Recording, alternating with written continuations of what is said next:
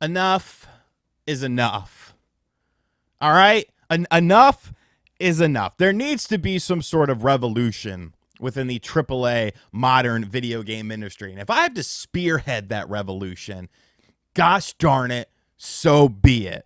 Because I am sick and tired of these half-assed game launches that we get from these big companies, that we get from these big developers, and you get all these sorts of excuses and reasonings behind it, and people are sympathetic towards a company that solely exists to make products to entertain you.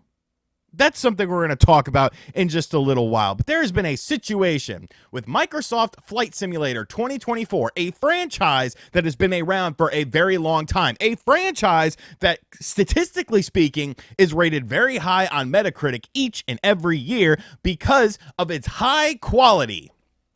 Well, the new one came out, and I'm not a flight simulator fan or anything like that. This isn't my sort of genre. I've played the Flight Simulator series before. I owned MiG Fighter Pilot 29 on the Sega Genesis with a flight stick because my mom made me return Mortal Kombat that one of my uncles bought me for Christmas, and that's what I picked because I was an idiot. But I'm not a big Flight Simulator fan. However, there are certain things within a video game that you can look at this video game and be like, oh, well, this is a polished launch. This is indicative of how a game should launch. And then there's experiences like Flight Simulator. Oh, boy. Look at this nonsense here. So, Flight Simulator 2024, overwhelmingly negative. Well, that's weird because every other Flight Simulator game has been overwhelmingly positive. And you can look here that there is a $200 edition of this game. You're charging people $200 for a game they can't even play. And we're going to talk about what's going on with the game because that's where the fun really begins. Because the game came out yesterday on the 19th, and this is the 20th when I'm filming this video. And people couldn't play it. And when I say couldn't play it, I literally mean they could not log into the game's servers because, of course, it's an always online game. Even though previous games in this franchise have been available to play offline. No. We have to play this game online, folks. You need to log in. You need to have an online connection because we need to give you this experience. And how it works, essentially, is your initial download of the game isn't large at all. I remember previous Flight Simulator game, the one that I played, I want to say it was like 140 gigs or something like that. When I downloaded Flight Simulator 2024, it was like 11 gigs, and I was like, well, what's up with that? Because they have this new idea where they're like, oh, we've got the power of the Microsoft Cloud. Remember that? Crackdown 3? We've got the power of the Microsoft Cloud. We can just stream everything into the game. Now, people couldn't even log into the game yesterday. People who purchased the $200 Aviator edition of this game were not able to play the game on launch because the online servers were so bogged down. And the people behind the game, they did like a video of talking about it, and they were like, we're so sorry. We didn't expect so many people to log into the servers. You're sorry? Sorry? That's not going to make the game work. You didn't expect people to log into the servers? This isn't some small game. Like, yeah, you and I might not be big Flight Simulator fans, but this is a franchise that has been around for a very long time that has had high player counts in previous entries. You're surprised that people are playing this game? You're surprised that people are playing this game on PC Game Pass? You're surprised that people are playing this game on Game Pass? You're not surprised.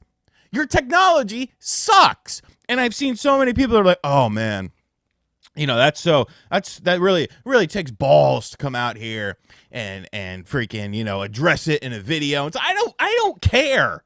Fix the damn game. Better yet, don't release the game until it's ready to be released.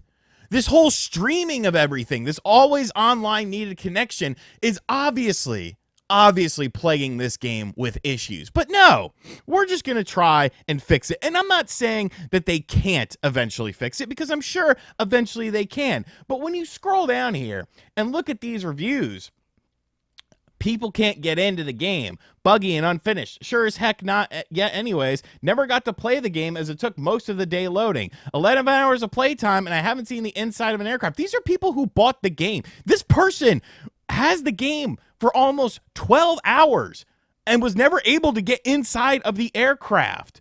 Worst login ever. Can't even get into the game. Not ready. Unloadable and playable.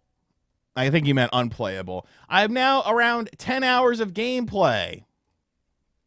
Can't get into it. Now you get into it. So what happens if you actually get into the game? What happens if you're actually able to get past the loading progress because of the fact that you basically are sitting there at a loading screen waiting for the game to accept you? Well, folks, because I do due diligence on this channel. I check out things on this channel. I'm not just going to talk willy-nilly about something that I'm not familiar with. I went ahead and booted up Microsoft Flight Simulator 2024 on my Xbox today. I did not try it yesterday because I knew that wasn't going to be a pleasant experience, but I downloaded it and immediately I saw problems with it. The map, you have this overall map of where you want to fly. You pick like your takeoff point and your destination point. The map has to be the laggiest thing I've ever seen in my life. I'm on a wired internet connection. Don't talk to me about internet connections and stuff like that. I know sometimes, I have issues when I'm down in the basement, but I'm upstairs. I'm logged into my router. I have good internet speeds. You hit the control stick and then like 2 seconds later, it finally recognizes what you're doing. There's no precision to it whatsoever. I managed to get into a game and fly around, and I was like, something feels off about this. I was in the cockpit view, and I was like, something just doesn't feel right about this. Why is nothing seem to be loading in the background? So then I switched camera perspectives to a behind the plane view, and then it was clear as crystal what's going on. The game is constantly trying to load things in via the cloud, and I'm guessing it's contingent on these servers as well. And if there's a lot of people on the servers, it's going to bog down the game. The frame rate of this game was astronomically low. I'm talking about sub N64 levels, and I've been playing a lot of N64 lately, so I could talk about that. This was worse than Turok 3 on the N64, playing in high-res mode. Okay, if you know anything about that, you would know that is a very slow, clunky experience. No, this was far worse than that. And because of the lag, the controls are so delayed. Everything is just constantly loading into the background. It completely takes you out of the experience.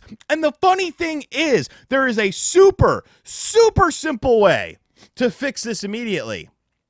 Get rid of the online mandate. Make me download the whole game. If it's 200 gigabytes, who gives a shit? As long as the game plays good, people are not going to care. But no, modern gaming, people, modern gaming.